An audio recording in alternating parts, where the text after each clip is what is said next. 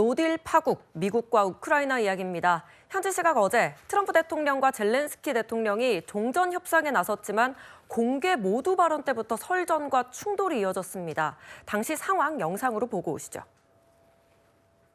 Of course, no compromises with the killer about our territories. They began this war and they have to stop. He broke this ceasefire. He killed our people and he didn't exchange prisoners. What kind of diplomacy, JD, you are speaking about? I think it's disrespectful for you to come into the Oval Office and try to litigate this in front of the American media. First of all, during the war, everybody has problems. Even you, but you will feel it in the future. We're trying to solve a problem. You're in no position to dictate what we're going to feel. You don't have the cards right now. With us, you start having not cards. playing. You're gambling with World War III. You're gambling with World War III. And what you're doing is very disrespectful to the country. Have you said thank you once? A lot of times. No, in this Even entire meeting, today. have you said thank Even you? today. If you didn't have our military equipment, this war would have been over in 2 weeks. If you could get a ceasefire right now, I tell you, you'd take it. Of course, we want to stop the war. Really? Ask our people about ceasefire, what they think. 지금부터는 허주연 변호사와 이야기 나눠보겠습니다. 이 영상을 보니까요, 트럼프 대통령이 젤렌스키 대통령한테 이렇게 손가락질도 하면서 무례하다 이렇게 발언을 했거든요. 정상회담을 하다가 좀 감정만 상한 모습인데요. 트럼프 대통령이 SNS에도 글을 올렸습니다. 젤렌스키 대통령이 평화를 위한 준비가 되어 있지 않다고 판단을 했다. 그는 백악관에서 미국을 무시했다. 그가 평화를 위한 준비가 되면 언제든 돌아올 수 있다. 사실상 젤렌스키 대통령이 공개 면박을 당한 셈인데 분명히 좀 정상회담 전까진 훈훈한 분위기가 조금 연출되는 것 같지 않았습니까? 왜 이렇게 된 겁니까?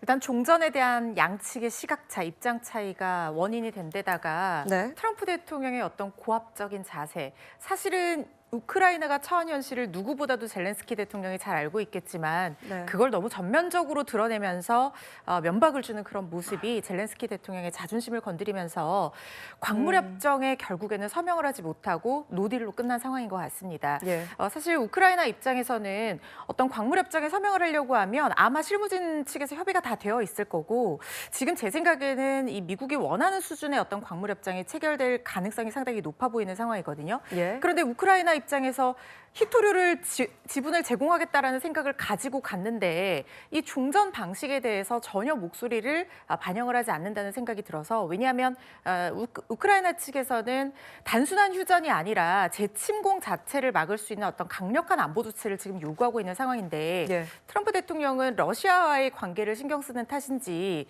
단순한 휴전 협상 정도로 지금 상황을 인식하고 있는 것 같거든요. 네. 그러면서 크림반도 침공과 그 이후에 재침공 얘기를 계속 꺼내면서 젤렌스키 대통령이 이 푸틴 대통령에 대한 어떤 적대감을 드러내니까 트럼프 대통령이 굉장히 강력하게 무례한 행동이다, 고마운 줄 알아 이런 얘기를 했단 말이죠. 네. 근데 이게 전 세계에 생중계되는 카메라 앞이었어요. 젤렌스키 대통령 입장에서는 우리 광물 지분까지 주면서 협정을 이끌어내려고 왔는데 이렇게 공개적으로 면박을 당하니까 아마 서명하기가 상당히 어려운 상황이었던 것 같습니다. 그래서 설전 이후에도요, 트럼프 대통령은 젤렌스키 대통령이 자기 자신을 과신했다 평가하면서 압박을 이어갔습니다. 듣고 오시죠. He's looking to go on and fight. We're looking to end the death. He doesn't have to stand there and say about Putin this, Putin that, all negative things. And if he fights it out, it's not going to be pretty because without us, he doesn't win. 젤렌스키 대통령을 향해서 fight 이라고 하면서 싸움만 추구한다 이렇게 맹비난을 했습니다. 젤렌스키 대통령은 확실하게 안보 보장을 해달라 이 부분을 거듭 요구를 했거든요. 그런데 이 전략이 통하지 않은 것 같습니다. 허 변호사님, 종전이 좀 더 멀어지는 건가요? 일단 지금 최소한의 어떤 유대감이나 연대감을 표현하는 정도 선에서 트럼프 대통령이 좀 이 부분에 대해서 어느 정도 우크라이나의 자존심과 체면을 살려주고 최소한의 명분을 주지 주지 않는다고 하면 네. 양측이 이 상황을 계속해서 갈등 관계로 이어갈 가능성도 배제할 수 없어 보입니다. 사실 젤렌스키 대통령이 이후에 좀 진화에 나서기는 했어요. 그렇지만 트럼프 대통령이 지금 이 종전협상과 광물협정을 통해서 얻으려고 하는 것이 세 가지 정도 있을 거라는 생각이 드는데요. 광물협정을 통해서 히토류에 대한 지분도 확보를 하고 휴전 정도의 선에서 종전협상을 마무리하면서 러시아와의 우호 관계도 가져가고 종전협상을 이끌어낸다고 하면 자신의 업적이 될 수도 있겠죠. 예. 이 세 가지를 다 얻어야 되는 상황인데 문제는 뭐냐면 젤렌스키 대통령의 카드가 없다는 트럼프 대통령의 말이 굉장히 아프지만 현실이긴 합니다. 왜냐하면 지금 러시아와 우크라이나 전쟁을 지속하는데도 그리고 종전이 설령된다고 하더라도 그 이후에 안보를 보장하는데도 우크라이나의 힘만으로는 상당히 부족하고 유럽연합 측에서도 미국의 도움이 절실하다는 부분을 이미 인정한 상황이거든요. 그렇기 때문에 미국의 지원이 필수 불가결인 상황에서 젤렌스키 대통령이 어쨌든 최소한의 체면을 미국 측에서 살려준다고 하면 다시 협정에 나설 가능성도 있기는 한데요.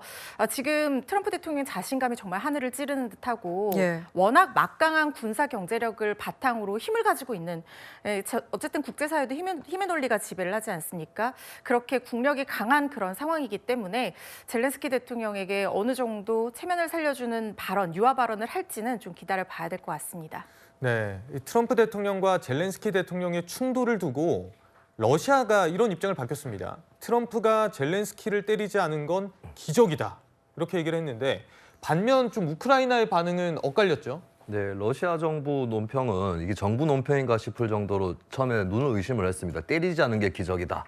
이렇게 신랄하게 젤렌스키 대통령을 비웃는 이런 논평을 냈고요. 반면에 우크라이나에서는 젤렌스키 대통령이 국익을 지키고 있다.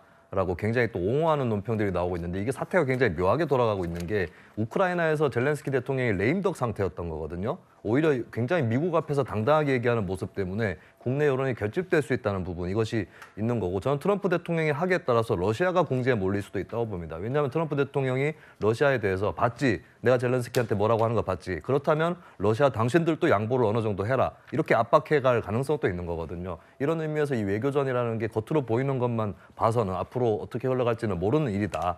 이것을 또 같이 한번 생각을 해봄직합니다.